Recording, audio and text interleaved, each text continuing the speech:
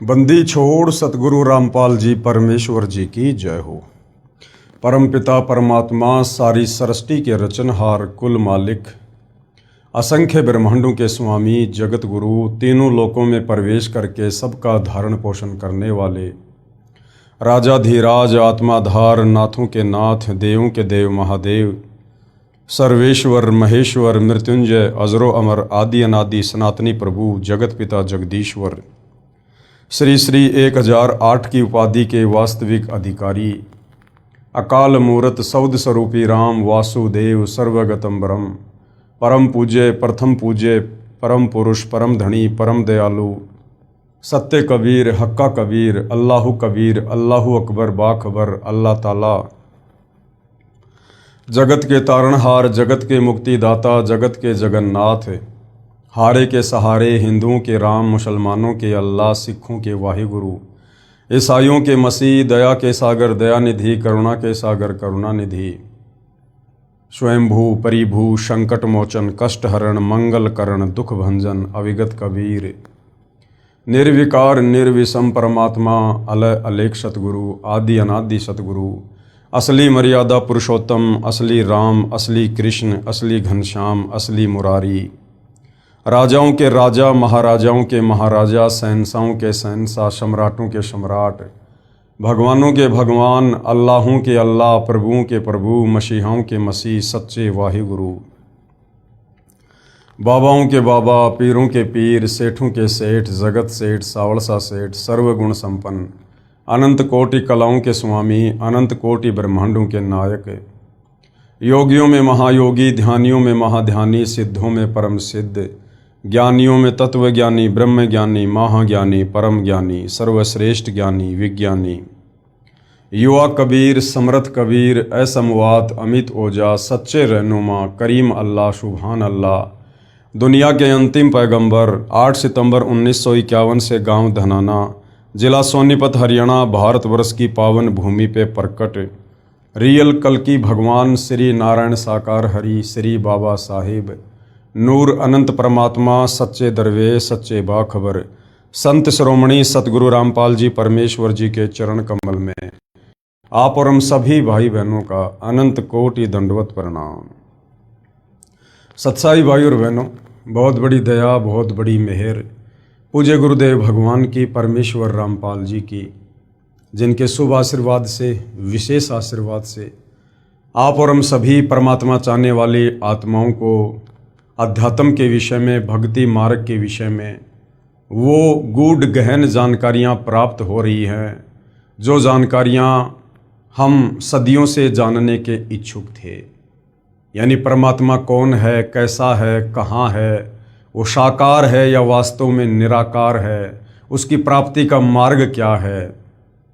आज भाई और बहनों, परमेश्वर रामपाल जी के आशीर्वाद से उनके सत्संगों का संग्रह पवित्र पुस्तक ज्ञान गंगा, इस पुस्तक में हमें उन तमाम सवालों के जवाब मिल चुके हैं। तो भाई और बहनों, ये पवित्र पुस्तक ज्ञान गंगा ये सर्व धर्मों के सर्व धर्म शास्त्रों के ज्ञान से प्रमाणित है और इस पवित्र पुस्तक ज्ञान गंगा को पढ़ने के बाद ही हम वास्तव में भक्ति मार्ग के विषय में, अध्यात्म के विषय में, आत्म और परमात्म ज्ञान के विषय में जान सकते हैं, समझ सकते हैं। दूसरा कोई विकल्प, कोई तरीका धरती पर नहीं है, क्योंकि हमारे नादान ज्ञानहीन धर्मगुरु ये संस्कृत भाषा के ज्ञाता अवश्य थे, परंतु इनको तत्व ज्ञान नहीं था और तत्व ज्ञान के अभाव में किसी भी धर्म के किसी भी सदग्रंथ को नहीं समझा जा सकता, क्योंकि अपने द्वारा रची गई सृष्टि का ज्ञान परमात्मा स्वयं ही धरती पर तत्वदर्शी संत बनकर समझाता है।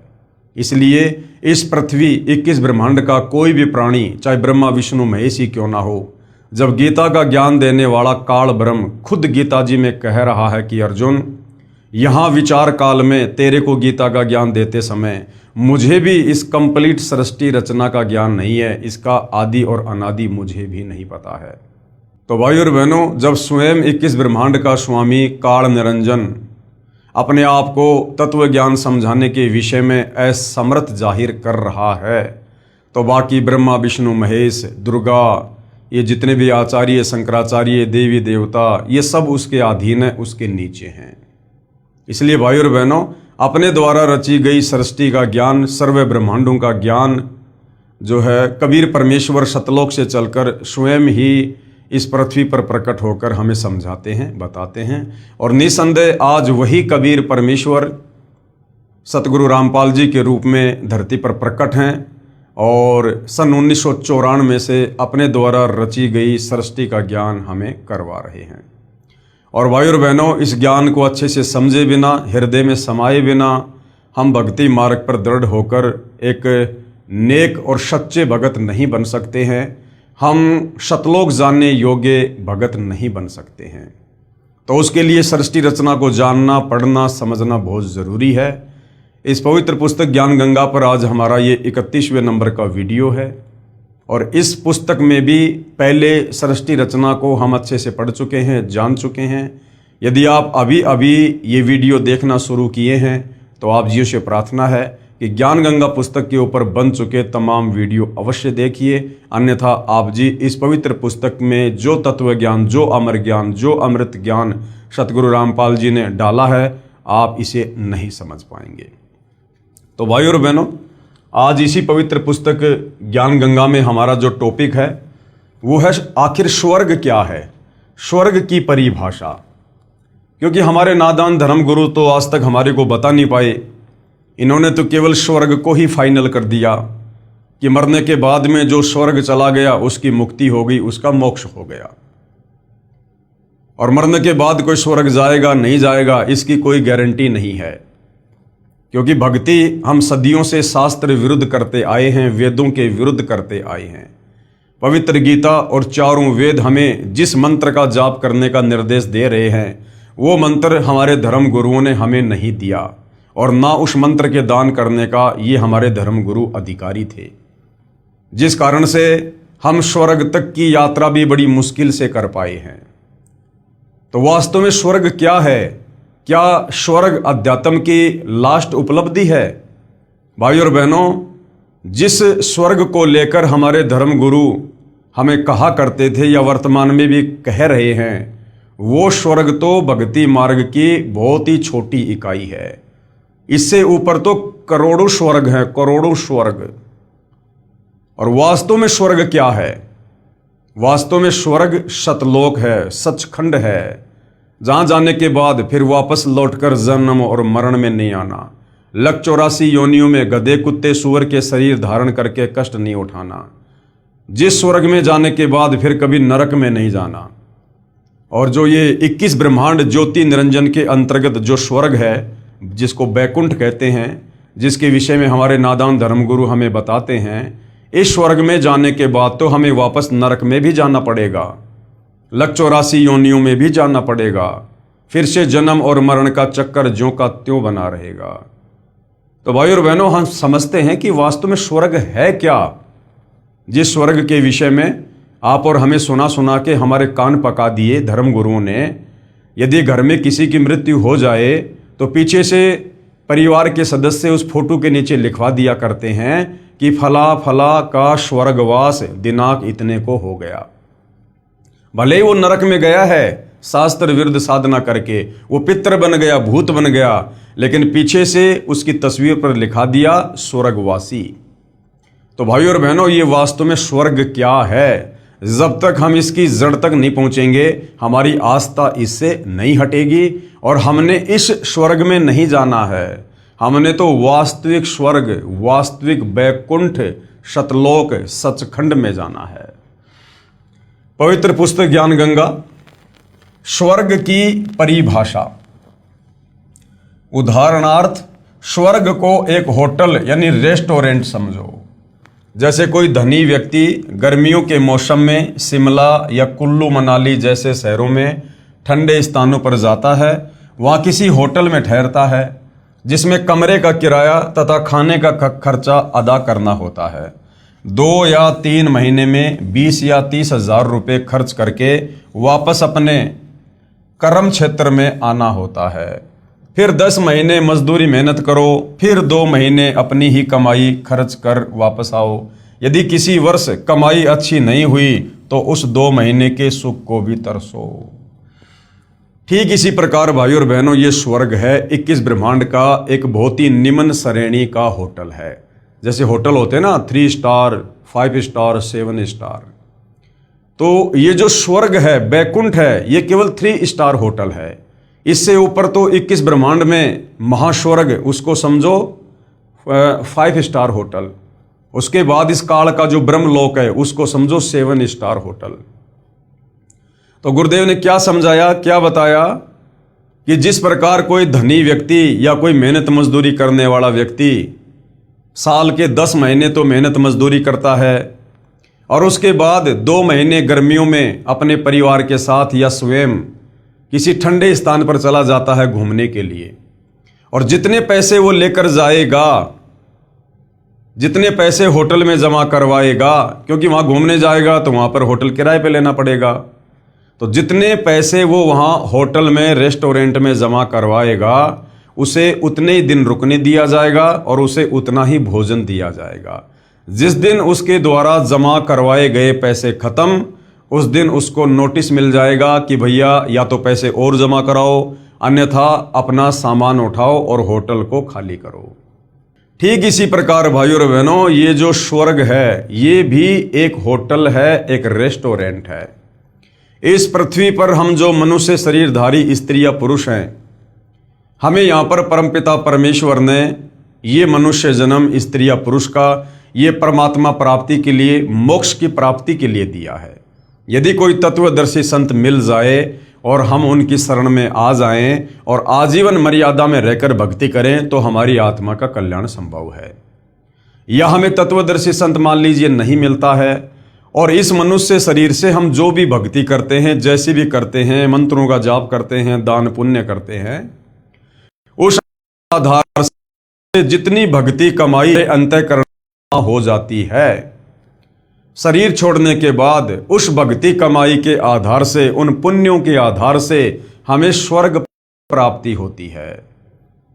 पास में भक्ति रूपी धन है, उस हिसाब से मुझे स्वर्ग में रहने दिया जाएगा, मुझे वहां की सुख सुविधाओं को भोगने दिया जाएगा। और जब मेरी वो भक्ति कमाई खत्म हो जाएगी, जो मैंने मनुष्य शरीर में इस पृथ्वी पर भक्ति करके कमाई थी, उस समय मुझे नोटिफिकेशन आ जाएगा कि भैया अब आपका स्वर्ग का समय समाप्त हो रहा है। और हमारे पास में और पुण्य होते नहीं, और पुण्य हम स्वर्ग में हम कमा नहीं सकते, क्योंकि वो कर्म क्षेत्र नहीं है, वो तो भोग क्षेत्र है। फिर हमें वहां से धक्के मार के निकाल दिया जाएगा, अर्थात हमारी मृत्यु होगी जैसे यहां पृथ्वी लोक पर होती है। उसके बाद कर्मों के आधार से हमें नरक में भी भेजा जाएगा, हमारे को लक 84 योनि में भी डाला जाएगा। और यदि फिर हमें मनुष्य जन्म मिला तो इस पृथ्वी पर आकर हम फिर से वही कार्य शुरू कर देंगे। अगर तत्वदर्शी संत मिल गया तो फिर हम शास्त्र अनुकूल साधना करके आजीवन मर्यादा में रह के हम यहाँ से मुक्त हो जाएंगे, सतलोक चले जाएंगे। यदि उस मनुष्य जन्म में तत्वदर्शी संत नहीं मिला तो जैसे भी साधना ये नादान धर्म गुरु हमसे करवाते हैं शास्त्रों के विरुद्ध, वो साधना करके और जैसे भी भक्ति कमाई हम अर्जित कर पाएंगे, उस आधार से फिर से हम वो भक्ति धन लेकर स्वर्ग में चले जाएंगे। फिर साल 10 साल 20 साल 100 साल 500 साल इसकी जैसी भक्ति कमाई है उस आधार से वो स्वर्ग में रहेगा, थोड़ी बहुत मौज मस्ती करेगा। और जैसे भक्ति रूपी धन खत्म होगा फिर से उसको नरक में लक 84 योनि में, ये चक्कर इस प्रकार से भाई और बहनों हमारा जन्म और मरण का चलता रहेगा। तो ये है स्वर्ग। इससे ऊपर है महास्वर्ग। महास्वर्ग में वो जाता है जिसकी भक्ति कमाई ज्यादा होती है, जिसका भक्ति धन ज्यादा होता है, वो थोड़ा ज्यादा दिन वहां पर मौज मस्ती कर लेता है। आना उसको भी फिर नीचे पड़ेगा, जन्म और मरण में, लक 84 योनियों में और नरक में, क्योंकि 21 ब्रह्मांड की यही अंतिम उपलब्धि है। इन चारों वेदों में और गीता जी में केवल इस काल ब्रह्म तक की साधना है ओम नाम का मंत्र। और चारों वेदों और गीता जी के अनुसार साधना हम केवल 21 ब्रह्मांड में इसी प्रकार से जन्म मरण, लक 84 और नरक का ये चक्कर हमेशा काटते ही रहेंगे। और ये हमारा चक्कर उस समय तक खत्म नहीं होगा जब तक हमें मनुष्य तत्वदर्शी संत की शरण नहीं मिलेगी। क्योंकि तत्वदर्शी संत के पास ही कंप्लीट भक्ति का होता है। गीता अध्याय 17 श्लोक 23 में जो पूर्ण ब्रह्म परमेश्वर के परम अक्षर ब्रह्म के जो 3 मंत्र हैं जिनसे पूर्ण मुक्ति होगी, ओम तत् सत, और पवित्र कुरान शरीफ में जो ऐन सीन काफ अस सूरा 42 और उसका मंत्र 1 और 2, उसमें जो ऐन सीन काफ है ये कोड वर्ड में है, वास्तव में वो क्या मंत्र हैं वो तत्वदर्शी संत बताएगा।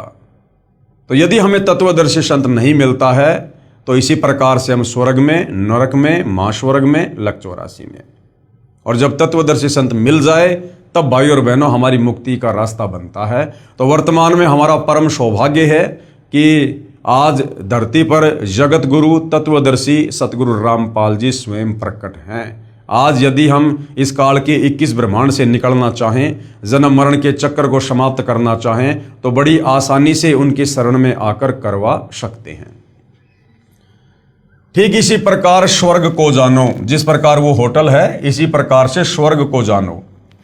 इस पृथ्वी लोक पर साधना यानी भक्ति करके कुछ समय स्वर्ग रूपी होटल में चला जाता है जीव, फिर अपनी जो पुण्य कमाई है खर्च करके वापस नरक तथा 84 लाख प्राणियों के शरीर में कष्ट पाप कर्म के आधार पर भोगना पड़ता है। जब तक तत्वदर्शी संत नहीं मिलेगा तब तक उपरोक्त जन्म मृत्यु तथा स्वर्ग नरक व 84 लाख योनियों का कष्ट बना ही रहेगा।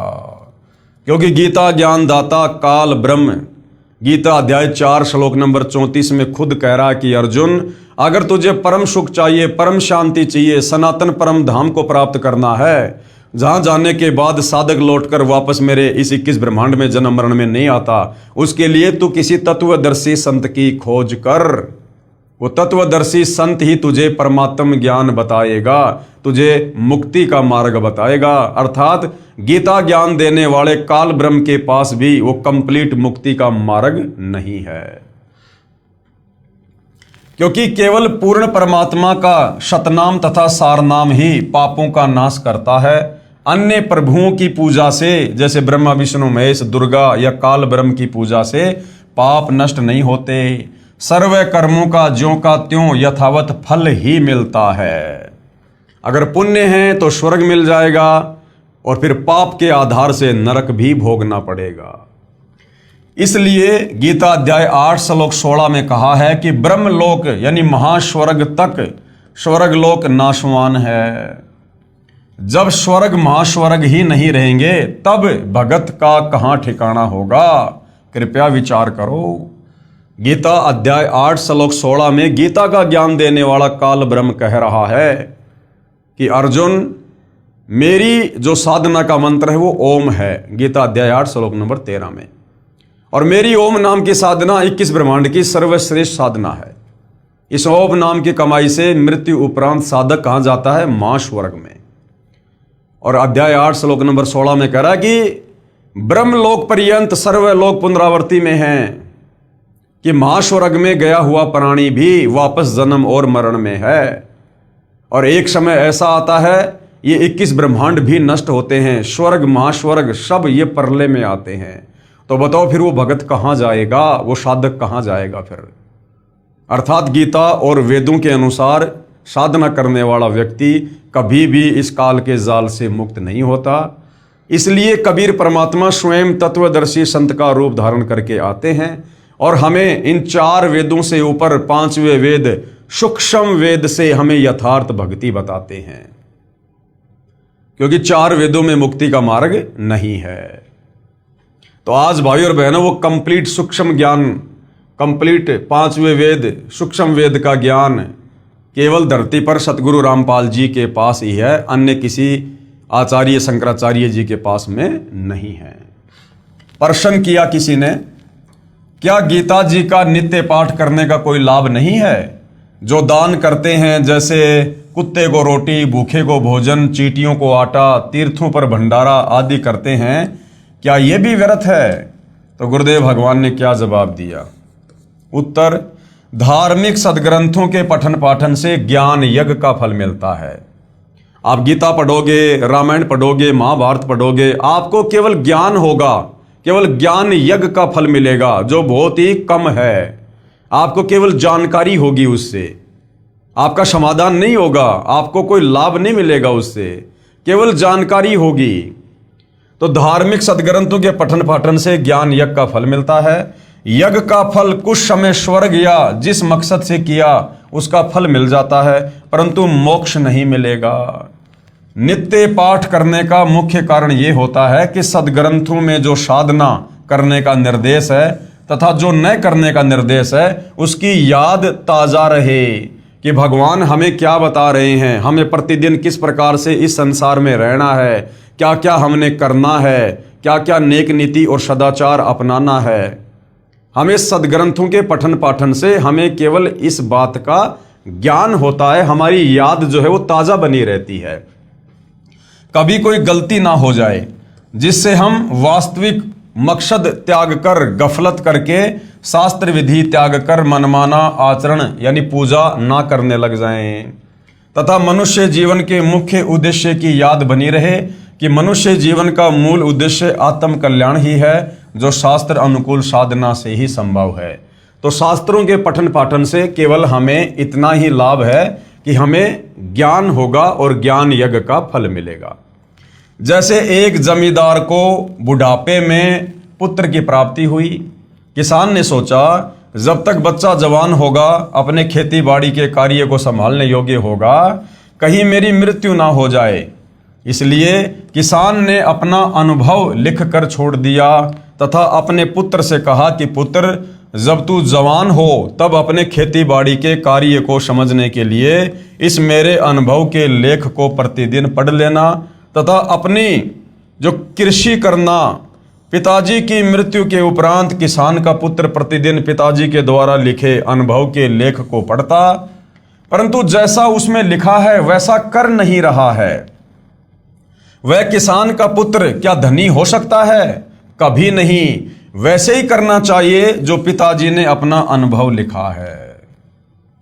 तो भाई और बहनों, इसी प्रकार जो पवित्र गीता जी हैं, चारों वेद है, इसमें हमारे परमपिता परमेश्वर सर्वसृष्टि रचनहार परम अक्षर ब्रह्म ने, कबीर देव ने स्वयं या फिर अन्य के माध्यम से इसमें परमेश्वर ने भक्ति विधान लिखवाया है, भक्ति अनुभव लिखवाया है कि कौन सी भक्ति करने से हमारी आत्मा का कल्याण होगा, कौन से भक्ति मंत्रों का जाप करने से हम काल के जन्म मरण के कष्टों से बाहर निकल सकते हैं।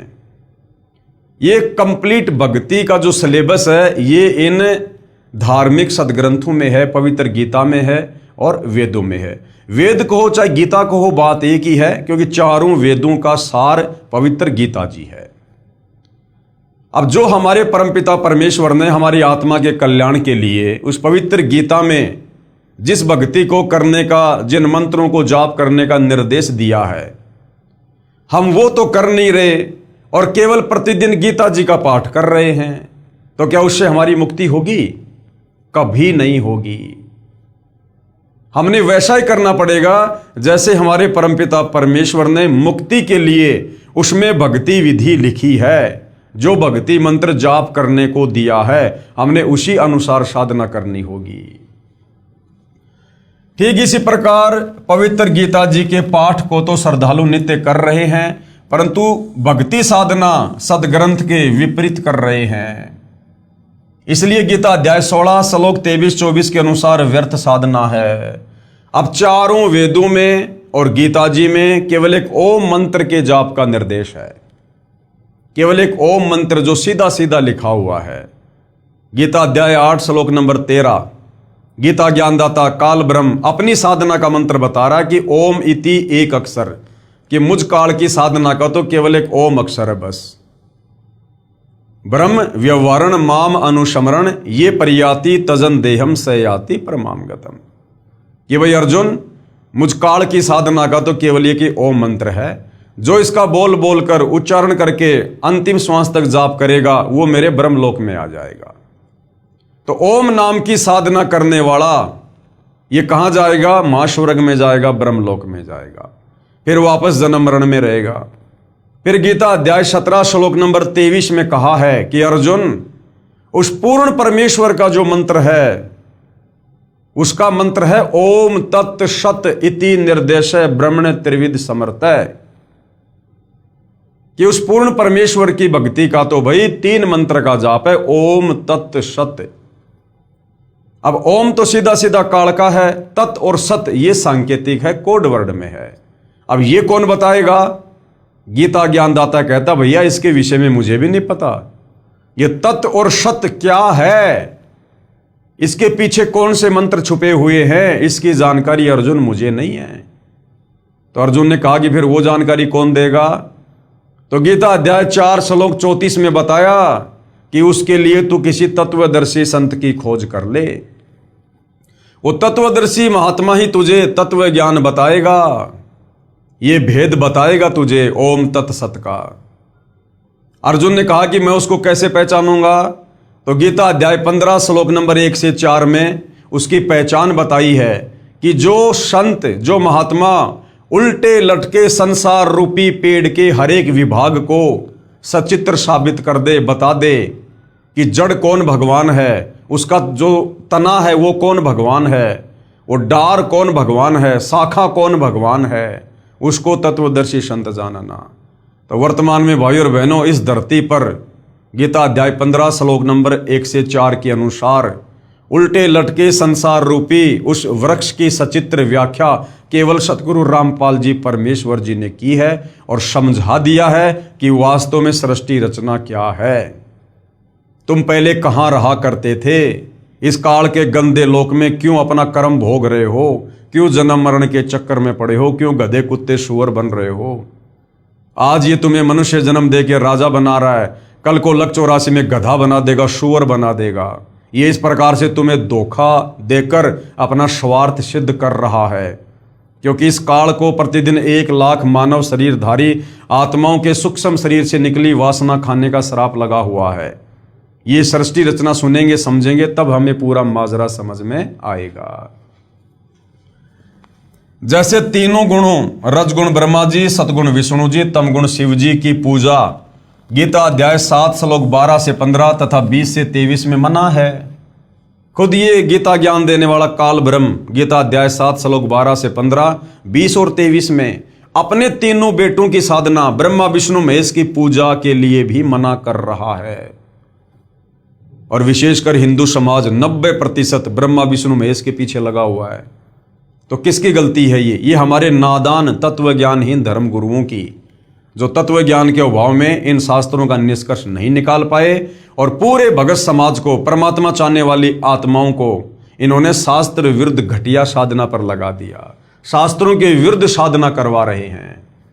तथा श्राद्ध निकालना अर्थात ये पितृ पूजा, पिंड भरवाना, फूल अस्थियां उठाकर गंगा में ये क्रिया करवाना, 13वीं 17वीं महीना 6 माही वर्षी आदि करना गीता अध्याय 9 श्लोक 25 में मना है।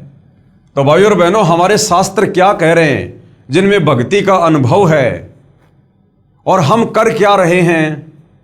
यदि हम गीता जी के विरुद्ध साधना करेंगे, गीता जी के विरुद्ध मंत्रों का जाप करेंगे, तो चाहे हम कितना ही गीता जी का नित्य पाठ कर लें, हमारी मुक्ति उस पाठ से नहीं है। व्रत रखना गीता अध्याय 6 श्लोक 16 में मना किया है। लिखा है कि हे अर्जुन, योग यानी भक्ति न तो बिल्कुल न खाने वाले की, न खाना अर्थात व्रत रखना सिद्ध होता है, न तो बिल्कुल न खाने वाले का सिद्ध होता है, अर्थात जो व्रत करते हैं उनकी भक्ति साधना कभी भी सफल नहीं होती है, अर्थात व्रत रखना मना है। भूखों को भोजन देना, कुत्तों आदि जीव जंतु व पशुओं को आहार कराना आदि बुरा नहीं है, परंतु पूर्ण संत के माध्यम से उनकी आज्ञा अनुसार दान तथा यज्ञ आदि करना ही पूर्ण लाभदायक है। ठीक है, आपके घर के बाहर कोई गाय आ जाए, कोई कुत्ता आ जाए, घर पे रोटी है तो दे दो, उनको डाल दो, कोई दिक्कत नहीं है। लेकिन यदि आप ये सोचो कि गायों को चारा खिलाने से, कुत्तों को रोटियां खिलाने से, चींटियों के बिल में आटा डालने से ही मुझे लाभ मिलेगा, पुण्य मिलेगा, मेरी मुक्ति होगी, तो ये हमारी बहुत बड़ी गलतफहमी है। देखो भाइयों और बहनों, लक 84 योनियों में जितने भी जीव जंतु और प्राणी हैं, उन सब का पेट कबीर परमात्मा भरता है। उनको जन्म देने से पहले अंतिम समय तक वो क्या खाएंगे क्या पिएंगे, सारी व्यवस्था परमात्मा ने सबकी करके रखी हुई है। कोई हमारे भरोसे नहीं आता। माँ के गर्भ में पल रहा बच्चा अपने बाप या माँ के भरोसे बाहर नहीं आता, वो अपनी किस्मत परमात्मा से लिखवा कर लाता है। हाँ, यदि उसकी किस्मत में कुछ फेरबदल हो सकता है तो तत्वदर्शी संत की शरण में आने के बाद हो सकता है। तो सबका परमेश्वर ने प्रारब्ध निश्चित किया होता है। परमात्मा कहते हैं, पो पाटी पगड़ा भया जागी जी या जून, सब काहू को देत है वो चौंस समाना चून। तो यदि हम तत्वदर्शी संत की शरण में ना आकर और यदि शास्त्र अनुकूल साधना नहीं करते हैं और ये सोचकर कि मैं तो गौशाला में दान करता हूँ, चारा डलवाता हूँ, मैं प्रतिदिन गाय को रोटी खिलाता हूँ, चींटियों को आटा डालता हूँ, इससे मुझे मुक्ति मिल जाएगी, इससे मुक्ति नहीं मिलेगी। केवल तुम्हारे वो पुण्य बनेंगे और वो पुण्य तुम स्वर्ग में भोग लोगे या और तुम्हारी किसी मुसीबत के समय में काम आ जाएगा, लेकिन मुक्ति नहीं होगी। इतना करने से तुम 184 योनियों में जाने से नहीं बच सकते, नरक में जाकर कष्ट भोगने से नहीं बच सकते, जन्म मरण की पीड़ा से छुटकारा प्राप्त नहीं कर सकते। यह तो केवल एक आंशिक लाभ है। पूर्ण लाभ के लिए, पूर्ण मोक्ष के लिए पूर्ण संत की तलाश करनी होगी। और पूर्ण संत एक समय में पृथ्वी पर एक ही होता है और वो स्वयं कबीर भगवान होता है। वही कंप्लीट भक्ति का कोर्स बताते हैं जो गीता अध्याय 4 श्लोक नंबर 34 में बताया है। तब जाकर मुक्ति होगी। जैसे एक कुत्ता कार के अंदर मालिक वाली सीट पर बैठकर यात्रा करता है। अब जो ये शास्त्र विरुद्ध दान धर्म करते हैं, बिना तत्वदर्शी संत की शरण में आए जो लोग दान धर्म करते हैं, बड़े बड़े सेठ, बड़े बड़े लोग हैं, अरबपति खरबपति हैं, लोग आश्रमों में दान कर देते हैं, चैरिटी में दान कर देते हैं, करोड़ों अरबों में लोग दान करते हैं, बड़े बड़े धनपति लोग। अब भाई और बहनों, उस दान के प्रतिफल में उनको क्या मिलेगा? फिर ये बता रहे हैं गुरुदेव भगवान कि वो जो मनमुखी दान लोग जो कर रहे हैं, उस मनमुखी दान के प्रतिफल में आगे उनको क्या मिलेगा, किस प्रकार से परमात्मा उनको वो दान रिटर्न करेगा। जैसे एक कुत्ता कार के अंदर मालिक वाली सीट पर बैठकर यात्रा करता है, कुत्ते का ड्राइवर मनुष्य होता है। अब जैसे बहुत बड़ा कोई सेठ है, कोई मंत्री है, मुख्यमंत्री है, अब जैसे मुकेश अंबानी है। मुकेश अंबानी अपनी कार में एक जो है कुत्ता लेके चलता है। अब कई करोड़ों की तो उसकी कार है और कई लाख करोड़ का खुद मुकेश अंबानी मालिक है। और उस कार में वो कुत्ता आगे वाली सीट पर बैठेगा या फिर पीछे वाली सीट पर बैठेगा जहां पर मालिक बैठता है। अब उस कुत्ते को 15 करोड़ की कार मिल गई और उस कुत्ते को घुमा कौन रहा है? ड्राइवर कौन है? मनुष्य, इंसान है। और वो कुत्ता सारी मौज ले रहा है, रात को एसी में सोता है। जो भोजन 90% लोगों को नसीब नहीं है, वो भोजन मुकेश अंबानी का वो कुत्ता खा रहा है। क्यों खा रहा है? कुत्ते तो और भी बहुत हैं। एक कुत्ता ऐसा है जो गली में पड़ा रहता है, उसको खुजली हो रही है, उसमें कीड़े चल रहे हैं, सारा दिन चिल्लाता रहता है, वो भी तो कुत्ता ही है। और एक कुत्ता मुकेश अंबानी का। तो मुकेश अंबानी के घर में वो कुत्ता क्यों पहुंचा? वो कुत्ता कौन है? उस कुत्ते ने ऐसे कौन से वो कर्म किए थे मनुष्य जन्म में जो आज वो मुकेश अंबानी के घर में कुत्ता बन के सारी मौज ले रहा है। तो गुरुदेव क्या कह रहे हैं? जैसे एक कुत्ता कार के अंदर मालिक वाली सीट पर बैठकर यात्रा करता है, कुत्ते का ड्राइवर मनुष्य होता है। उस पशु को आम मनुष्य से भी अधिक सुविधाएं प्राप्त होती हैं। अलग से कमरा, पंखा तथा कूलर लगा होता है, आदि आदि। अब कौन है वो कुत्ता भाई और बहनों जो इतनी सुविधा ले रहा है?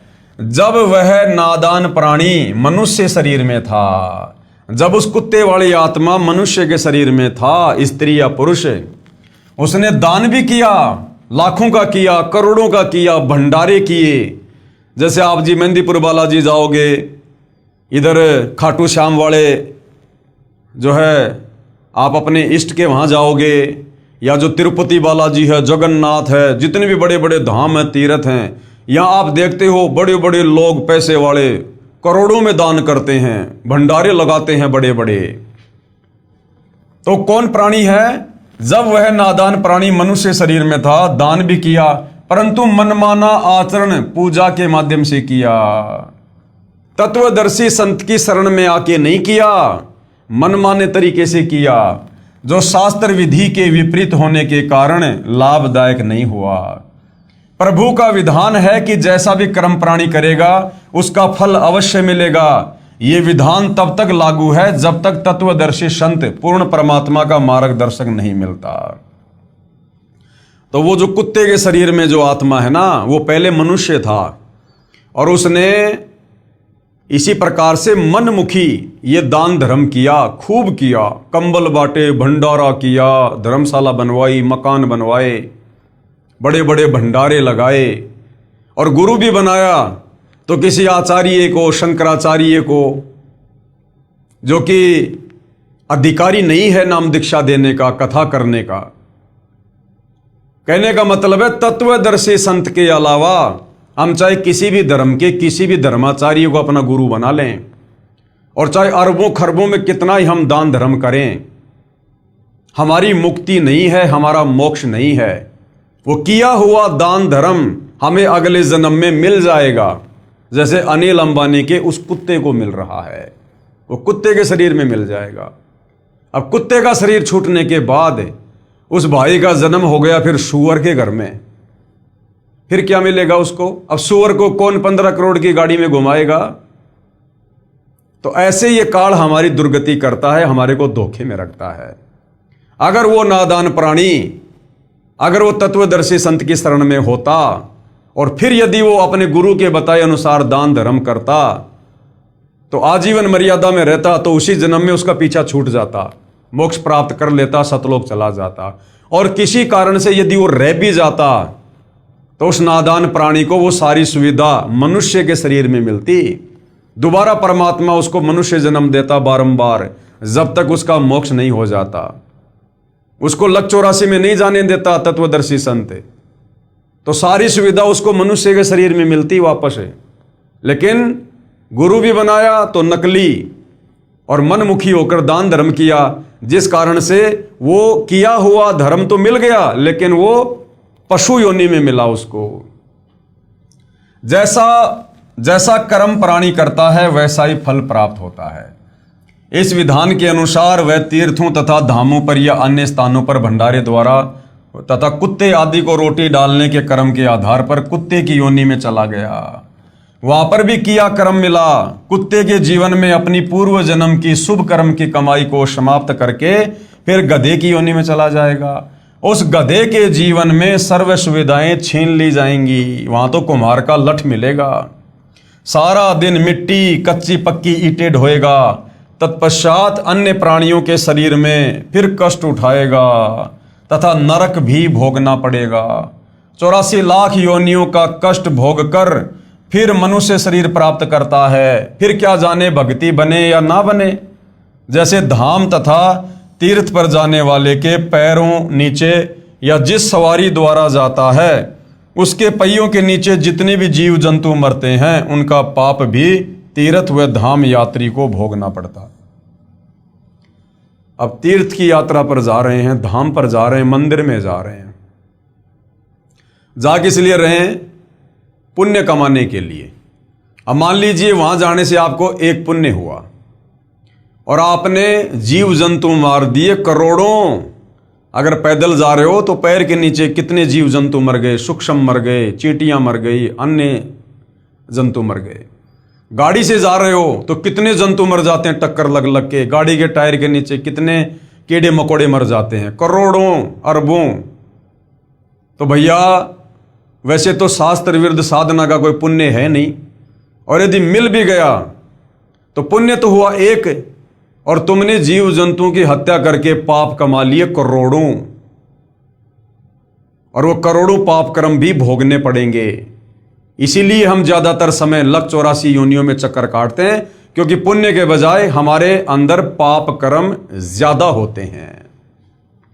तो शास्त्र विरुद्ध साधना को करने के चलते जीव हमेशा जन्म मरण के चक्कर में इस प्रकार से बना ही रहेगा। जब तक पूर्ण संत जो पूर्ण परमात्मा की सत साधना बताने वाला नहीं मिलेगा, तब तक पाप नाश नहीं हो सकते। और जब हमें जगत गुरु मिल जाएगा, तत्वदर्शी मिल जाएगा, पूर्ण संत मिल जाएगा, फिर यदि हम उनके दर्शनों के लिए जाएंगे, उसके आश्रम में जाएंगे या जहाँ भी महात्मा जी हैं वहाँ जाएंगे, फिर मरेंगे हमारे पैर के नीचे भी, हमारी गाड़ी से भी जीव जंतु मरेंगे, किंतु हम पूर्ण संत की शरण में हैं, हमें वो पाप कर्म नहीं लगेंगे, क्योंकि फिर हम इस काल के विधान से हटकर पूर्ण संत के विधान के अंतर्गत आ जाते हैं, फिर हमें वो पाप कर्म नहीं लगेंगे। जिस प्रकार मैं गाड़ी चला रहा हूं, आप भी गाड़ी चला रहे हो, मेरे पास में लाइसेंस है, आपके पास में लाइसेंस नहीं है, और हम दोनों की गाड़ी एक्सीडेंट हो गई और यदि कोई मर गया तो मेरा बचाव हो जाएगा, क्योंकि मेरे पास में ड्राइविंग लाइसेंस है। और जिसके पास ड्राइविंग लाइसेंस नहीं है वो सीधा जेल में डाला जाएगा। इसी प्रकार भाई और बहनों, जिसको तत्वदर्शी संत की शरण प्राप्त है उसके पास में वो आध्यात्मिक लाइसेंस है, उसका गुरु वकील बनकर धर्मराय के दरबार में उसका मुकदमा लड़ता है। भाई कर ले गुरु वकील मुकदमा भारी है। तो तत्वदर्शी संत की शरण में आने के बाद हमें अनजाने में हुए जो पाप कर्म है उनका दोष नहीं लगता है, और जानबूझकर हम कोई गलती करेंगे नहीं, पाप कर्म कोई करेंगे नहीं, क्योंकि तत्वदर्शी संत हमें अपने विधान से परिचित करवा देगा कि अगर तुमने अब मेरी शरण में आने के बाद फला फला गलतियां की तो फिर इनका दंड तुम्हें बहुत भयंकर भोगना पड़ेगा। तो तत्व ज्ञान होने के बाद साधक को डर हो जाता है, भय हो जाता है, आत्म कल्याण की चिंता सताने लगती है, इसलिए साधक फिर कभी गलती नहीं करेगा। क्योंकि ब्रह्मा विष्णु महेश ब्रह्म क्षर पुरुष काल तथा ये परब्रह्म अक्षर पुरुष की साधना से पाप नाश नहीं होते। 21 ब्रह्मांड का स्वामी काल ब्रह्म, उससे ऊपर 7 संग ब्रह्मांड का स्वामी अक्षर पुरुष, इनकी साधना से हमारे पाप कर्मों का नाश नहीं हो सकता। केवल तत्वदर्शी संत की शरण में आने से ही पाप कर्मों का नाश होगा। पाप तथा पुण्य दोनों का फल भोगना पड़ेगा जब तक हम 21 ब्रह्मांड के अंतर्गत इस काल की साधना करते हैं। यदि वह प्राणी गीता ज्ञान अनुसार पूर्ण संत की शरण प्राप्त करके पूर्ण परमात्मा की साधना करता तो या तो शतलोक चला जाता। कौन? जो कुत्ता बना हुआ है और सारी सुविधा ले रहा था। अगर वो पूर्ण संत की शरण में होता और फिर यदि वो दान धर्म करता अपने गुरुदेव के बताए अनुसार, या तो उसी जन्म में उसका मोक्ष हो जाता अगर मर्यादा में रहता तो, और किसी कारण से रह भी जाता तो वो सारी की सारी सुविधा जो वो कुत्ते के शरीर में ले रहा है उसको मनुष्य जन्म में देता, परमात्मा मनुष्य जन्म देता उसको। यदि वह प्राणी गीता ज्ञान अनुसार पूर्ण संत की शरण प्राप्त करके पूर्ण परमात्मा की साधना करता तो या तो शतलोक चला जाता या दोबारा मनुष्य शरीर प्राप्त करता, और पूर्व पुण्यों के आधार से फिर कोई संत मिल जाता और मनुष्य जन्म मिलता तो सुविधा तो मिलती और मनुष्य जन्म में फिर उसे परमात्मा संत रूप में मिल जाते, फिर उसकी भक्ति कमाई जो अधूरी रह गई थी पूरी करवा के उसे सतलोक ले जाते। पूर्व पुण्यों के आधार से फिर कोई संत मिल जाता, वह प्राणी फिर शुभ कर्म करके पार हो जाता। इसलिए उपरोक्त मनमाना आचरण लाभदायक नहीं है। इसलिए गीता जी अध्याय 16 श्लोक नंबर 23 के अनुसार जो लोग शास्त्र विधि को त्याग के मनमाना आचरण मनमानी पूजा साधना करते हैं उससे कोई लाभ नहीं है।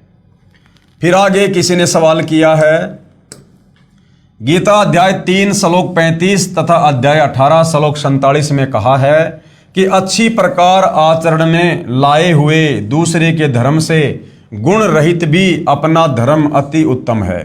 अपने धर्म में मरना भी कल्याणकारक है। दूसरे का धर्म भय को देने वाला है।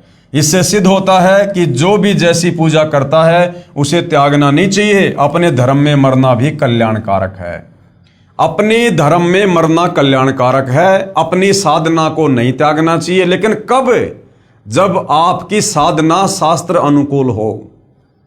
जो साधना आप कर रहे हैं यदि वो शास्त्र अनुकूल साधना है और इसके विपरीत यदि कोई दिखावे की साधना कर रहा है और वो साधना यदि शास्त्रों के विरुद्ध है तो उस साधना के चटक मटक को देखकर हमने अपनी वो यथार्थ साधना नहीं त्यागनी चाहिए।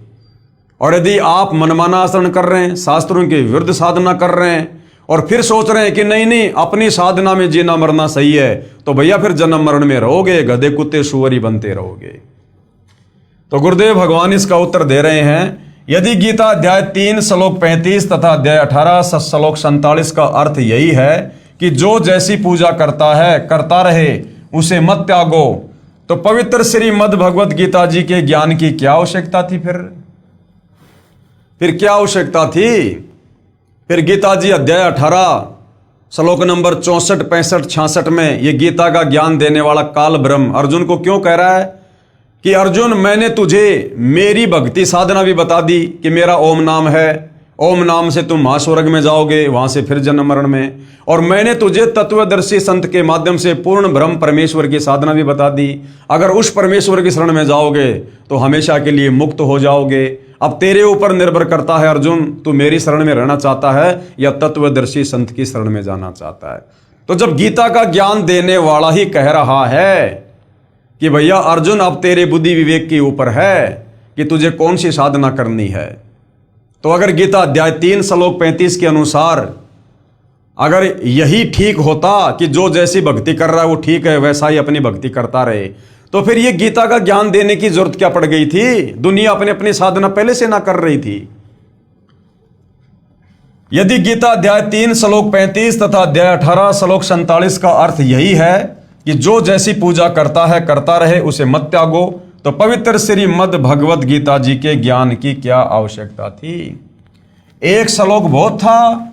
श्री गीता जी के इन श्लोकों का भावार्थ सही है, परंतु अनुवादकर्ताओं ने विपरीतार्थ यानी उल्टा अनुवाद किया हुआ है। कृपया निम्न पढ़ें उपरोक्त दोनों श्लोकों का वास्तविक अर्थ। अब गीता अध्याय 3 श्लोक 35 और गीता अध्याय 18 श्लोक 47 वास्तव में कहना क्या चाहते हैं? यह गीता अध्याय 3 श्लोक 35 है। यह श्लोक आप जियों के सामने है भाई और बहनों, और गुरुदेव ने प्रत्येक शब्द का यहां पर अनुवाद भी किया हुआ है। क्या है? गुण रहित अर्थात शास्त्र विधि त्याग कर स्वयं मनमाना अच्छी प्रकार आचरण में लाए हुए दूसरों की धार्मिक पूजा से अपनी शास्त्र विधि अनुसार पूजा अति उत्तम है। यदि हम वास्तव में शास्त्रों के अनुसार भक्ति साधना कर रहे हैं, वेद और गीता के अनुसार, तो फिर हमने अपनी पूजा को नहीं त्यागना चाहिए। यदि कोई दूसरा व्यक्ति हमें अपनी साधना करने के लिए कह रहा है जो साधना गीता और वेदों के विरुद्ध है, और हम यदि शास्त्रों के अनुसार साधना कर रहे हैं, तो वो पूजा चाहे कितनी अच्छी लगे, कितनी चटक मटक वाली लगे, जो शास्त्र विरुद्ध है, फिर हमने अपने धर्म को, अपनी शास्त्र अनुकूल भक्ति साधना को नहीं त्यागना चाहिए। यह है गीता अध्याय 3 श्लोक नंबर 35 का अर्थ है। शास्त्र अनुकूल अपनी पूजा में तो मरना भी कल्याणकारक है, यानी वेद और गीता के अनुसार जो साधना है उसमें तो मरना भी जो है वो कल्याणकारक है, और दूसरे की पूजा जो शास्त्रों के विरुद्ध है वो भय को देने वाली है। अध्याय 18 श्लोक नंबर 47 क्या कह रहा है? ये श्लोक आप जियों के सामने है भाई और बहनों, आप जी पढ़ सकते हो। गुरुदेव ने यहां पर अनुवाद किया हुआ है। गुण रहित यानी शास्त्रों के विरुद्ध, गुण रहित स्वयं मनमाना अर्थात शास्त्र विधि रहित अच्छी प्रकार आचरण किए हुए दूसरे के धर्म अर्थात धार्मिक पूजा से अपना धर्म अर्थात शास्त्र विधि अनुसार धार्मिक पूजा श्रेष्ठ है। दूसरों की शास्त्र विरुद्ध साधना से अपनी शास्त्र अनुकूल पूजा पाठ साधना श्रेष्ठ है। स्वयं ही अपने स्वभाव अनुसार बनाए मनमाने आचरण से भक्ति कर्म मत करो, जिससे पाप को प्राप्त होता है।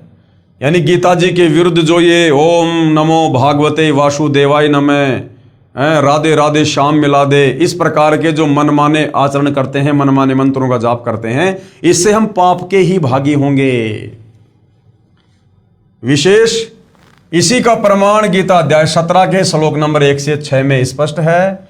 उपरोक्त श्लोकों में स्पष्ट है कि अपनी शास्त्र विधि अनुसार साधना श्रेष्ठ है, चाहे दूसरों की चमक धमक वाली साधना कितनी ही सुनियोजित लगे, वह हानिकारक ही होगी। जैसे जगत वाले साधना करते हैं, कावड़ लेके आएंगे, नंगे पैरों जाएंगे, डीजे बजाते हुए जाएंगे, डांस करते हुए जाएंगे, अब वो देखने में तो बड़ी जबरदस्त साधना लगती है, मन को बड़ा आनंद आता है, नाचने का जी करता है। और यदि कोई सतगुरु रामपाल जी से उपदेश लेकर, पूर्ण संत से उपदेश लेकर भक्ति कर रहा है, तो उस भक्ति में इस प्रकार की ड्रामेबाजी के लिए कोई जगह नहीं है, क्योंकि वो कावड़ वाली, वो मनमाना आचरण है, शास्त्र विरुद्ध साधना है। तो कोई नादान उस डीजे को देखकर, लोगों को नाचता गाता देखकर और सतगुरु रामपाल जी की शरण छोड़कर, जो कि शास्त्र अनुकूल साधना थी, और दूसरे की चमक धमक वाली साधना को अपना लेता है, तो फिर वो पाप का ही भागी बनेगा, वो जन्म और मरण में ही रहेगा फिर वो।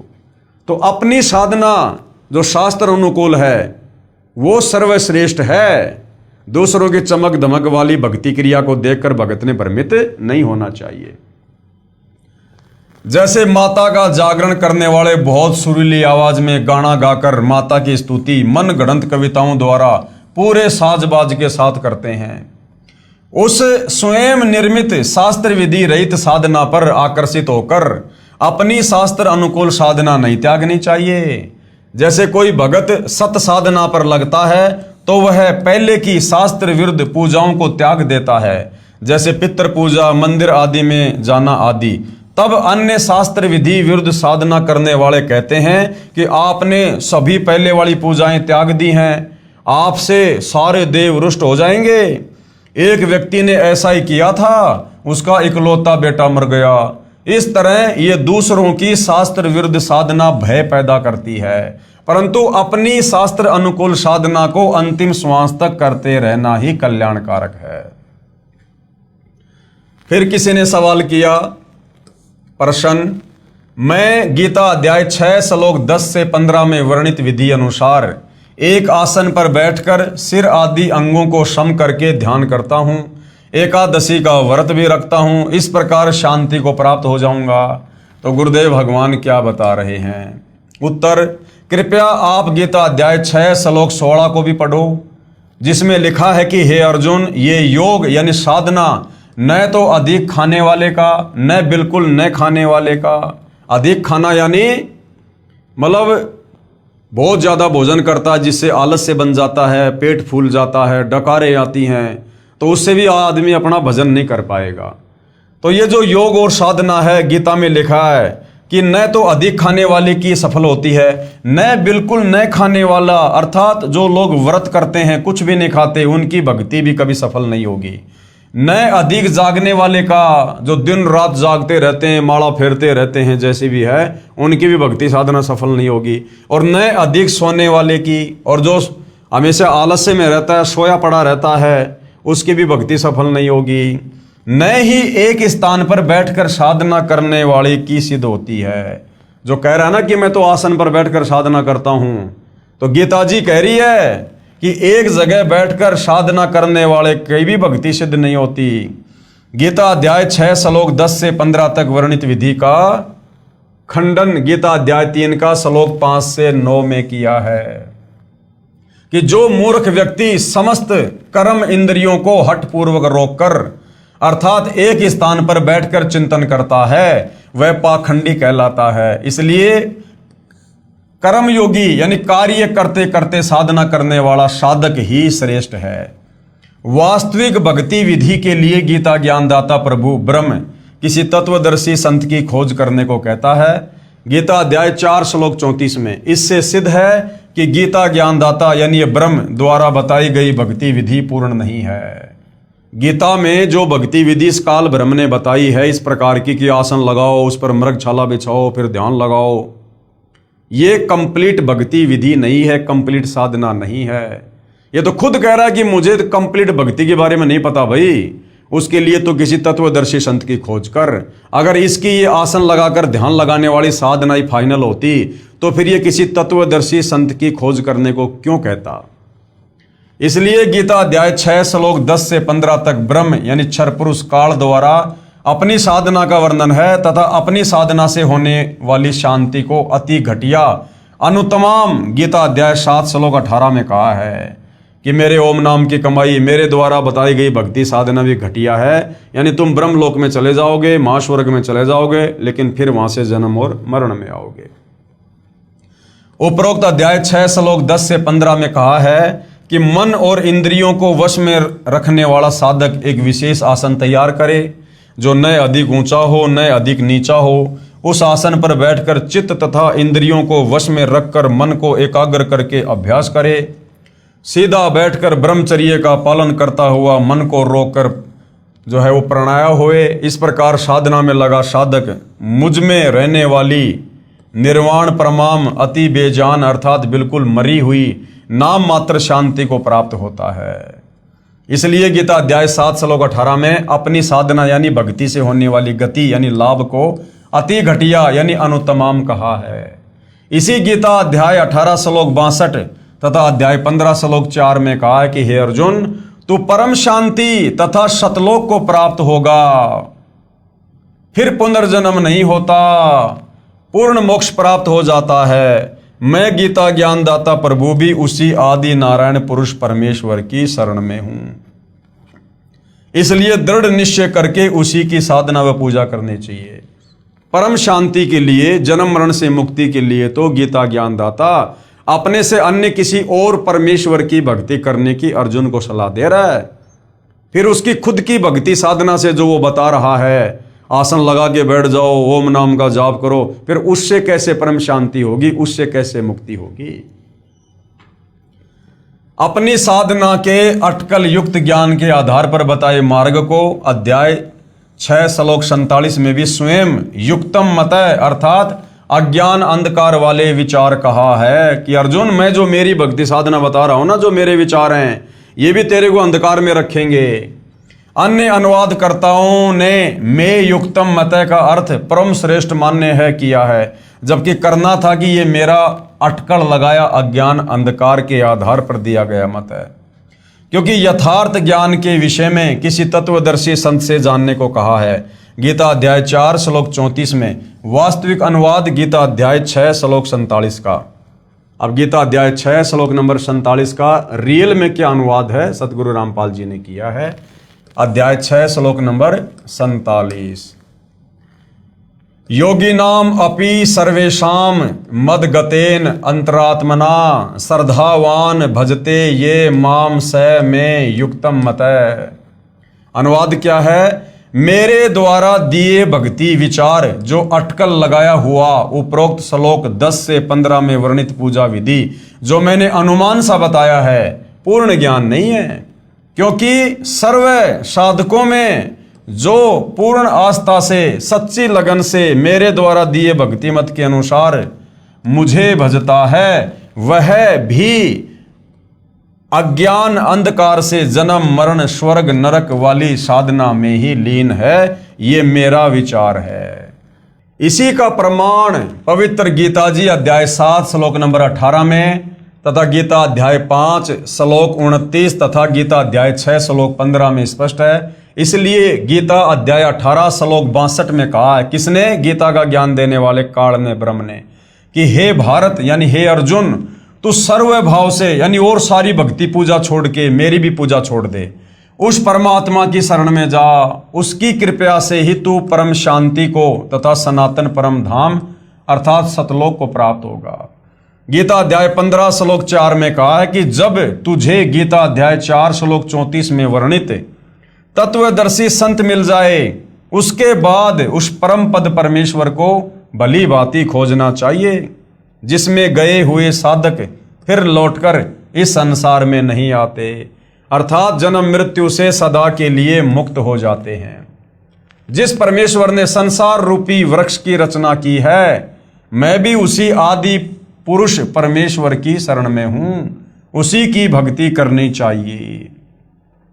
जब गीता का ज्ञान देने वाला काल ब्रह्म अपने से अन्य उस आदि पुरुष परमेश्वर कबीर की भक्ति के लिए कह रहा है, तो भला फिर ये अपनी भक्ति को सर्वश्रेष्ठ कैसे बता सकता है? अपनी भक्ति को तो इसने गीता अध्याय 7 श्लोक 18 में अनुत्तमाम कहा, अति घटिया, कि मेरे ओम नाम का जाप करके तुम ब्रह्मलोक में जाओगे। और अध्याय 8 श्लोक 16 में फिर कहा है कि ब्रह्मलोक गया हुआ साधक भी वापस जन्म और मरण में है, पुनरावृत्ति में है। इसलिए ऑप्शन दे दिया कि भैया अगर परम शांति चाहिए, परम शांति का मतलब है जन्म और मरण से सदा सदा के लिए झंझट खत्म।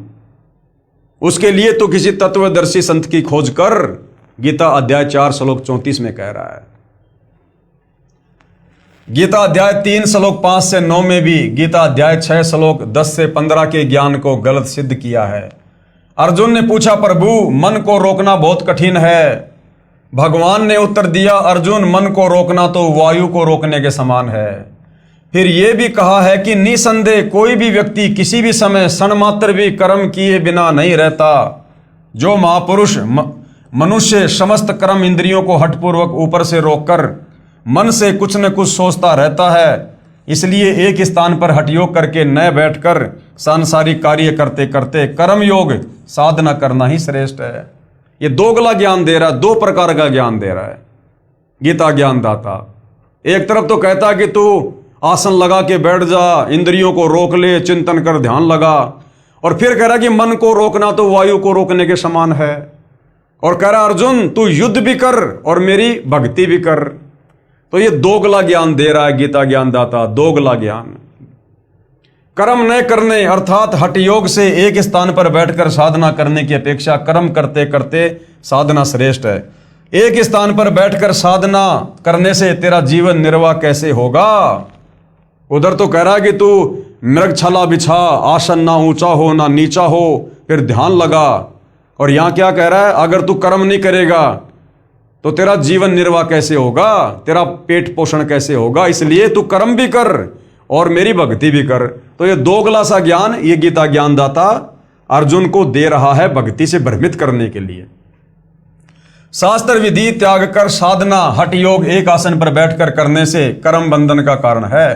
दूसरा, जो शास्त्र अनुकूल कर्म करते करते साधना करना ही श्रेष्ठ है, इसलिए सांसारिक कार्य करता हुआ साधना कर। गीता अध्याय 8 श्लोक 7 में कहा है कि युद्ध भी कर और मेरा स्मरण भी कर, इस प्रकार मुझे ही प्राप्त होगा। गीता अध्याय 7 श्लोक 18 में तथा अध्याय 18 श्लोक 62 में कहा है कि परंतु मेरी साधना से होने वाली गति यानी लाभ अति घटिया अनुतमाम है। कि अर्जुन, मुझ गीता ज्ञानदाता की अगर तू भक्ति करेगा, मेरे अनुसार भक्ति करेगा, तो तेरा मोक्ष नहीं है, मेरी भक्ति भी अनुतमाम यानी घटिया है। इसलिए उस परमेश्वर की शरण में जा जिसकी कृपा से तू परम शांति तथा शाश्वत स्थान यानी सतलोक को प्राप्त होगा। शाश्वत स्थान का मतलब है जो कभी भी विनाश में नहीं आता। उस परमेश्वर की भक्ति विधि तथा पूर्ण ज्ञान कौन बताएगा? वो तत्व ज्ञान किसी तत्वदर्शी संत की खोज करके उससे पूछ। मैं यानी गीता का ज्ञानदाता ब्रह्म यानी काल नहीं जानता। आगे फिर सवाल किया है भाई और बहनों, क्योंकि शंका समाधान का चैप्टर चल रहा है। गीता अध्याय 15 श्लोक 18 में कहा है कि मैं लोक में वेद में पुरुषोत्तम नाम से प्रसिद्ध हूं। इससे तो यही सिद्ध हुआ कि गीता ज्ञानदाता प्रभु ही सर्वशक्तिमान है, तथा गीता अध्याय 12 पूर्ण ही गीता ज्ञानदाता की ही महिमा कह रहा है।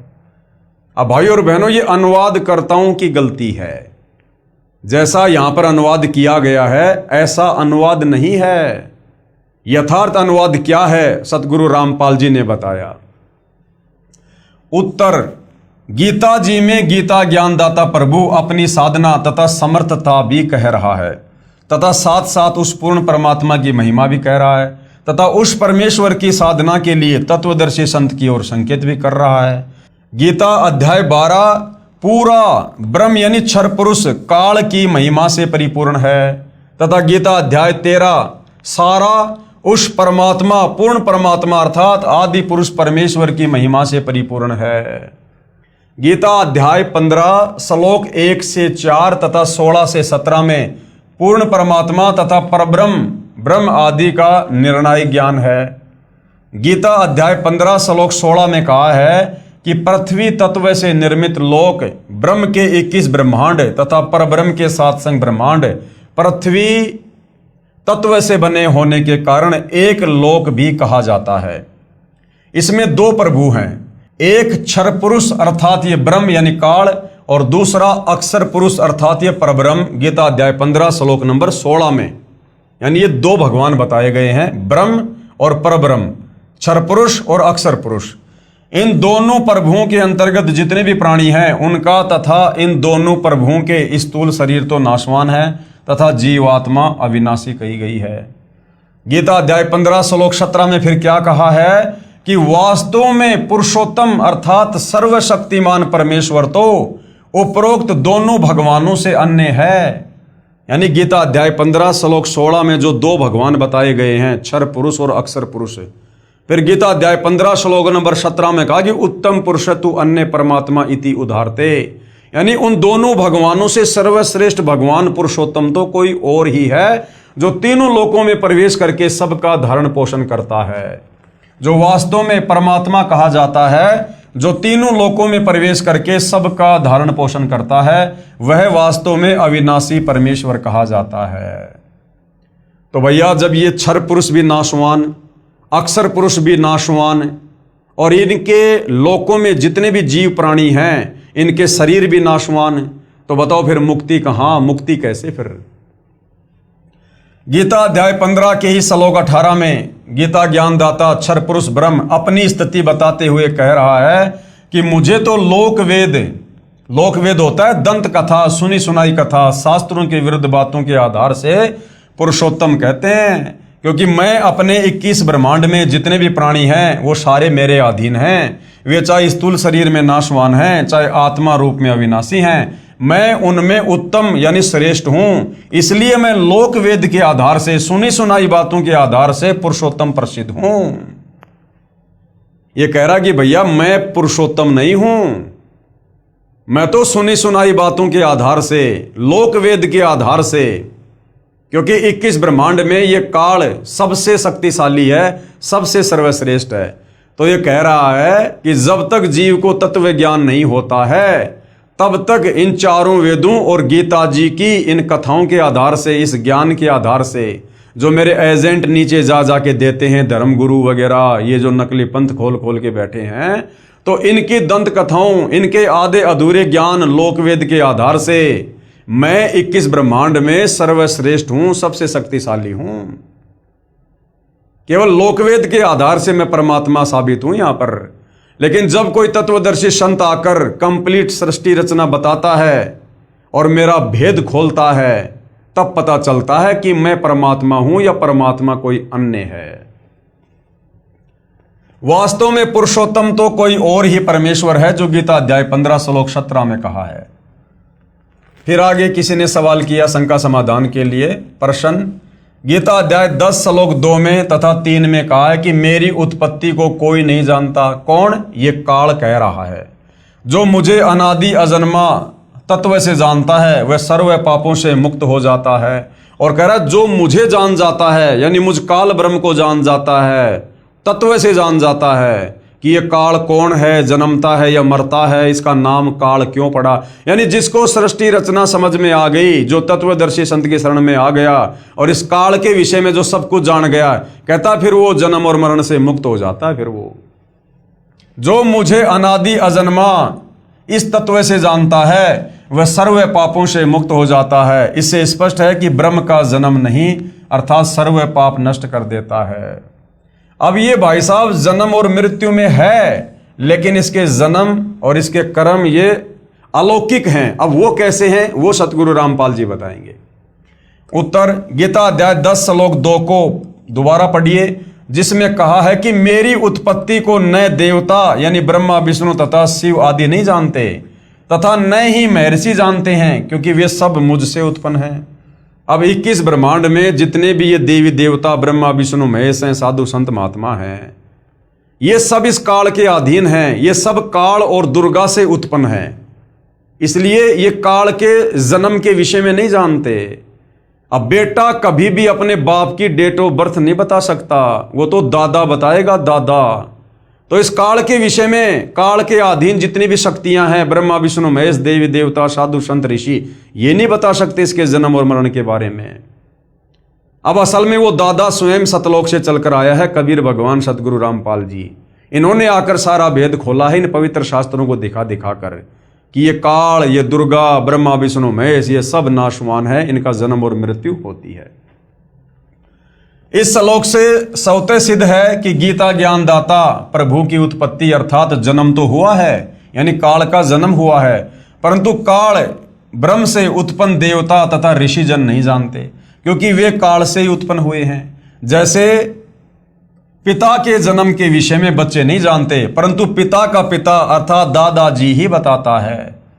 पूर्ण परमात्मा ने यानी कबीर जी ने स्वयं काल लोक में प्रकट होकर तत्वदर्शी संत के रूप में इस ब्रह्म की उत्पत्ति के विषय में बताया है। कृपया पढ़ें सृष्टि रचना, इसी पुस्तक ज्ञान गंगा के पेज नंबर 22 से 74, जो हम पहले पढ़ चुके हैं। गीता जी अध्याय 10 श्लोक 3 का अनुवाद गलत किया है। जैसे गीता अध्याय 2 श्लोक 12 तथा अध्याय 4 श्लोक 5 में अपने आप को नाशवान तथा जन्म मृत्यु को बार बार प्राप्त होने वाला कह रहा है। कौन? गीता ज्ञानदाता काल ब्रह्म। तथा अध्याय 2 श्लोक 17 तथा अध्याय 8 श्लोक 3, 8 से 10 तथा 20 व अध्याय 15 श्लोक 4, 16, 17 में अपने से अन्य किसी अन्य अविनाशी यानी जो कभी नहीं मरता, अपने से अन्य अविनाशी अनादि परमात्मा के विषय में कहा है कि अर्जुन तेरे और मेरे बहुत जन्म हो चुके हैं, आगे भी होंगे, तू नहीं जानता मैं जानता हूं। तो गीता अध्याय 2 श्लोक 12, अध्याय 4 श्लोक 5 और 9 में ये काल ब्रह्म गीता ज्ञानदाता अपनी जन्म और मृत्यु स्वीकार कर रहा है। इसलिए गीता अध्याय 10 श्लोक 3 में कहा है कि जो मनुष्यों में विद्वान अर्थात तत्वदर्शी संत मुझे तथा उस अनादि वास्तव में जन्म रहित सर्व लोकों के महेश्वर अर्थात परमेश्वर को तत्व से जानता है, वह तत्वदर्शी संत सत ज्ञान उच्चारण करता है, जिससे सत साधना करके पाप से मुक्त हो जाता है। इसी का प्रमाण गीता अध्याय 4 श्लोक 34 में भी है।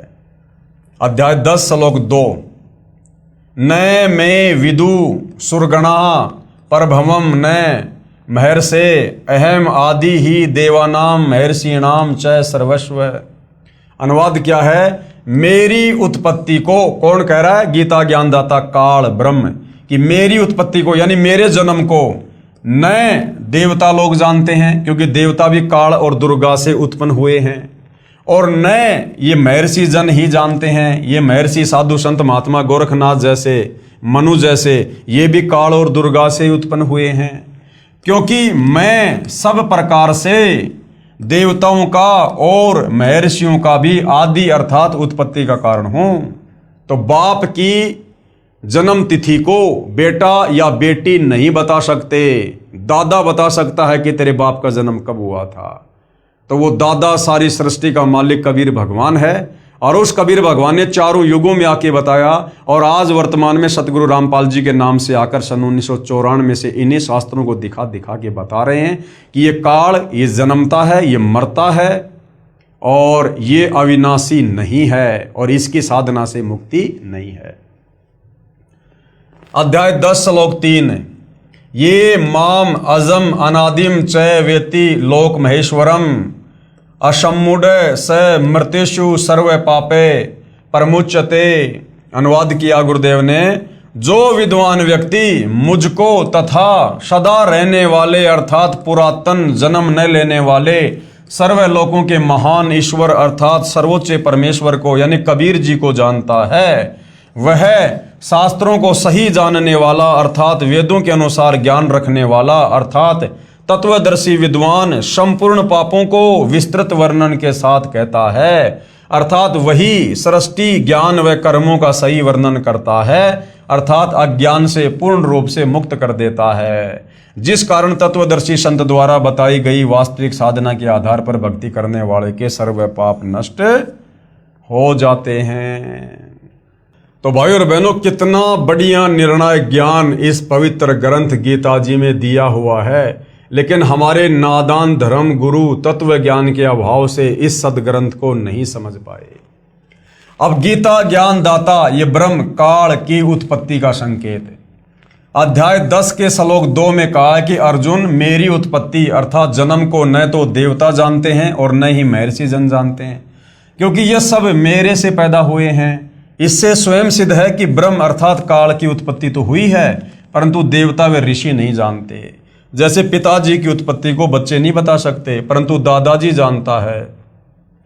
इसी प्रकार 21 ब्रह्मांड में सर्वदेव ऋषि आदि ज्योति निरंजन यानी काल ब्रह्म यानी और ये प्रकृति दुर्गा के संयोग से उत्पन्न हुए हैं। इसलिए कह रहा है कि मेरी उत्पत्ति को 21 ब्रह्मांडों में कोई नहीं जानता। कौन? जो इसके 21 ब्रह्मांडों में इसके अधीन हैं, ब्रह्मा विष्णु महेश से लेकर देवी देवता। कहते मेरी उत्पत्ति को ये लोग नहीं जानते। क्योंकि ब्रह्म यानी काल की उत्पत्ति परम अक्षर ब्रह्म यानी पूर्ण ब्रह्म से हुई है। कबीर परमात्मा ने सतलोक में अंडे से इस ज्योति निरंजन काल की उत्पत्ति की है, जिसका गीता जी के अध्याय 3 के श्लोक 14 और 15 में ब्रह्म की उत्पत्ति यानी काल की उत्पत्ति का प्रत्यक्ष प्रमाण है। अध्याय 10 के श्लोक 3 जो तत्वदर्शी अर्थात विद्वान व्यक्ति मुझे तथा कभी न जन्म लेने वाले सर्वलोकों के महेश्वर अर्थात अविनाशी परमात्मा को जानता है, वह चारों वेदों ऋग्वेद, सामवेद, यजुर्वेद तथा अर्थर्वेद को जानता है। क्या कह रहा गीता ज्ञानदाता काल कि जो मेरी उत्पत्ति को जानता है और सर्व सृष्टि के रचनहार उस अनादि अविनाशी कबीर भगवान को जानता है, वो तत्वदर्शी संत है, वो विद्वान है और वो चारों वेदों के निष्कर्ष को जानता है, वह तत्वदर्शी संत है। तो भाई और बहनों, परमात्मा को जानने वाला तो परमात्मा ही होता है। परमात्मा को कोई जीव नहीं जान सकता। इस काल के 21 ब्रह्मांड से हमारी मुक्ति करवाने के लिए परमेश्वर तत्वदर्शी संत के रूप में आकर केवल अपनी आंशिक जानकारी दे रहे हैं हमें, आंशिक जानकारी। अन्यथा उनकी महिमा के विषय में तो साफ साफ लिखा है, 7 समुद्र की मसी करूं, लेखनी करूं बन राय, सब धरती का कागज करूं पर गुरु गुण लिखा न जाए। क्योंकि कबीर परमात्मा गुरु रूप में आकर ही हमें सृष्टि रचना बताते हैं। तो जो उस आदि अनादि कबीर परमेश्वर के विषय में जानता है, कहते हैं वो तत्वदर्शी संत है। तो उस परमेश्वर के विषय में तो परमेश्वर के अलावा दूसरा कोई नहीं जानता, अर्थात तत्वदर्शी संत स्वयं कबीर भगवान ही होता है। उसके द्वारा बताए भक्ति मार्ग से साधना करने से सर्व पाप नष्ट हो जाते हैं। गीता जी के अध्याय 15 के श्लोक 16, 17, 18 में वर्णन है कि पूर्ण परमात्मा अविनाशी तो अन्य ही है, जो तीनों लोकों में प्रवेश करके सबका धारण पोषण करता है। खुद ये काल कह रहा है, मुझ काल को तो केवल इसलिए पुरुषोत्तम कहते हैं, यानी भगवानों का भगवान कहते हैं, क्योंकि मैं 21 ब्रह्मांडों में मेरे अधीन स्थूल शरीर में नाशवान प्राणियों तथा अविनाशी जीवात्मा से उत्पन्न हूं। इसलिए मुझे लोक वेद अर्थात दंत कथाओं के आधार से पुरुषोत्तम कहा है, परंतु वास्तव में मैं अविनाशी या पालन करता नहीं हूं। क्योंकि संसार रूपी पेड़ को पोषण कहां से मिल रहा है? जड़ से मिल रहा है। और जड़ कौन है? कबीर परमेश्वर। गीता जी के अध्याय 3 के श्लोक 14-15 में कहा है कि सर्व जीव अन्न से उत्पन्न होते हैं, अन्न वर्षा से होता है, वर्षा यज्ञ से होती है, और यज्ञ शुभ कर्मों से, और कर्म ब्रह्म से उत्पन्न हुए, ब्रह्म अविनाशी परमात्मा से उत्पन्न हुआ। अंडे से परमात्मा ने इसको सतलोक में उत्पन्न किया था। वही अविनाशी सर्वव्यापक परमात्मा ही, यानी वो कबीर भगवान ही यज्ञों में प्रतिष्ठित है, अर्थात पूजने योग्य है, यज्ञों में पूज्य है। वही यज्ञों का फल भी देता है, अर्थात वास्तव में अधियज्ञ भी वही है। फिर गीता जी के अध्याय 10 के श्लोक नंबर 2 में कहा है कि मेरी उत्पत्ति, कौन कह रहा है? ये काल कह रहा है कि मेरी उत्पत्ति को कोई नहीं जानता है। कौन नहीं जानता? जो 21 ब्रह्मांड में इसके अधीन है। इससे सिद्ध है कि काल ब्रह्म भी उत्पन्न हुआ है। इसलिए यह कहीं पर आकार में भी है, नहीं तो कृष्ण जी तो अर्जुन के सामने ही खड़े थे। वे तो कह ही नहीं सकते कि मैं अनादि और अजन्मा हूं। वो तो भाई देवकी के गर्भ से जन्म लेके आए थे। गीता ज्ञान देते समय उसमें प्रवेश करके काल कह रहा कि मैं अजन्मा हूं। अगर श्री कृष्ण जी बोल रहे होते तो वो तो देवकी की गर्भ से जन्म लेके आए थे, वो कैसे कह देंगे कि मैं अजन्मा हूं? ये सर्व काल अदृश्य ब्रह्म ही श्री कृष्ण जी के शरीर में जीवस्त रूप यानी ये प्रेतवत प्रवेश करके बोलकर अपनी प्रतिष्ठा यानी स्थिति की सही जानकारी गीता रूप में दे गया। उपरोक्त विवरण से गीता जी में सिद्ध हुआ कि ब्रह्म यानी काल की उत्पत्ति पूर्ण ब्रह्म से हुई है, और सृष्टि रचना से तो क्लियर ही हो गया कि परमात्मा ने अक्षर पुरुष को निंद्रा से जगाने के लिए जिस अंडे में एक आत्मा प्रवेश करके मानसरोवर में छोड़ी थी, और अक्षर पुरुष ने जब गुस्से से देखा तो अंडे के 2 भाग हो गए। उस अंडे से जो आत्मा निकली थी वो यही काल था, यही ज्योति निरंजन था। यही प्रमाण अथर्ववेद कांड 4 अनुवाक 1 मंत्र 3 में भी है। कृपया निम्न पढ़ें। कांड नंबर 4 अनुवाक नंबर 1 मंत्र नंबर 3। ये श्लोक आप जियों के सामने है। और यहाँ पूज्य गुरुदेव भगवान ने इसका अनुवाद किया हुआ है। भावार्थ है, पूर्ण परमात्मा यानी कबीर देव अपने द्वारा रची सृष्टि का ज्ञान तथा सर्व आत्माओं की उत्पत्ति का ज्ञान अपने निजी दास को स्वयं ही सही बताता है कि पूर्ण परमात्मा ने अपने मध्य अर्थात अपने शरीर से अपनी शब्द शक्ति के द्वारा ब्रह्म यानी क्षर पुरुष यानी काल की उत्पत्ति की तथा सर्व ब्रह्मांडों को ऊपर शतलोक, अलखलोक, अगमलोक, अनामी लोक आदि तथा नीचे परब्रह्म के सात संग ब्रह्मांड तथा ब्रह्म के 21 ब्रह्मांडों को अपनी धारणा करने वाली आकर्षण शक्ति से ठहराया हुआ है। जैसे पूर्ण परमात्मा कबीर परमेश्वर कबीर देव ने अपने निजी सेवक अर्थात सखा श्री धर्मदास जी, आदरणीय गरीबदास जी आदि को अपने द्वारा रची सृष्टि का ज्ञान स्वयं ही बताया, उपरोक्त वेद मंत्र भी यही समर्थन कर रहा है। कांड नंबर 4 अनुवाक नंबर 1 मंत्र नंबर 7 श्लोक आप जियों के सामने है भाई और बहनों। यहाँ गुरुदेव ने प्रत्येक शब्द का हिंदी के साथ अनुवाद भी किया है। हम सीधा इसके भावार्थ पे चलेंगे। इस मंत्र में यह भी स्पष्ट कर दिया है कि उस परमेश्वर का नाम कबीर देव अर्थात कबीर परमेश्वर है जिसने सर्व रचना की है। जो परमेश्वर अचल, अचल यानी जो कभी भी विनाश में नहीं आता है, स्थिर है, जिसके लोक स्थिर हैं अर्थात वास्तव में अविनाशी, गीता अध्याय 15 श्लोक 16-17 में भी प्रमाण है। जगत गुरु यानी सारे संसार को ज्ञान देने वाला, आत्माधार यानी आत्माओं को उत्पन्न करने वाला, जो पूर्ण मुक्त होकर शतलोक गए हैं उनको शतलोक से ले जाने वाला, उनको शतलोक ले जाने वाला, काल के 21 ब्रह्मांड से सर्व ब्रह्मांडों का रचनहार, काल ब्रह्म की तरह धोखा ना देने वाला, ज्यों का त्यों वह स्वयं कबीर देव अर्थात कबीर प्रभु है। यही परमेश्वर सर्व ब्रह्मांडों व प्राणियों को अपनी शब्द शक्ति से उत्पन्न करने के कारण जनिता यानी माता भी कहलाता है, क्योंकि हम सभी आत्मा कबीर परमेश्वर के वचन से उनके शरीर से उत्पन्न हुई हैं। तथा पितरम यानी पिता तथा बंधु भाई भी वास्तव में यही है, तथा देव यानी परमेश्वर भी यही है। इसलिए इसी कबीर देव अर्थात कबीर परमेश्वर की स्तुति किया करते हैं। तमेव माता च पिता तमेव, तमेव बंधु च सखा तमेव, तमेव सर्व मम देव देव। इसी परमेश्वर की महिमा का पवित्र ऋग्वेद मंडल 9 सूक्त 1 मंत्र 24 में विस्तृत विवरण है। आगे फिर सवाल किया है सतगुरु रामपाल जी से, वेदों में कबीर अर्थात कबीर नाम का विवरण कैसे आया? वेद तो सृष्टि के प्रारंभ में प्राप्त हुए थे, यानी काल की 21 ब्रह्मांड की सृष्टि जब शुरू हुई उस समय समुद्र मंथन के दौरान ब्रह्मा जी को वेद प्राप्त हुए थे। तो वेदों में उस कबीर जी का जिक्र कहां से आया? कबीर देव अर्थात कबीर परमेश्वर तो सन 1398 में उत्पन्न हुए हैं कि तुम्हारे कबीर जी तो 650 साल पहले बनारस के काशी में आए थे वो तो, और वेद लिखे गए हैं इस सृष्टि की शुरुआत में लाखों साल पहले। तो कबीर जी का इन वेदों में जिक्र कैसे आ गया? इसके लिए भाइयों और बहनों, सृष्टि रचना को समझे बिना कुछ भी समझ में नहीं आएगा, कुछ भी। इसलिए गुरुदेव भगवान बार बार कहते हैं कि अगर अध्यात्म को समझना है, भक्ति मार्ग को समझना है, तो सृष्टि रचना भक्ति मार्ग की नींव है, मूल है। इस सृष्टि रचना से समझ में आएगा कि इन वेदों में कबीर भगवान का नाम कैसे आया।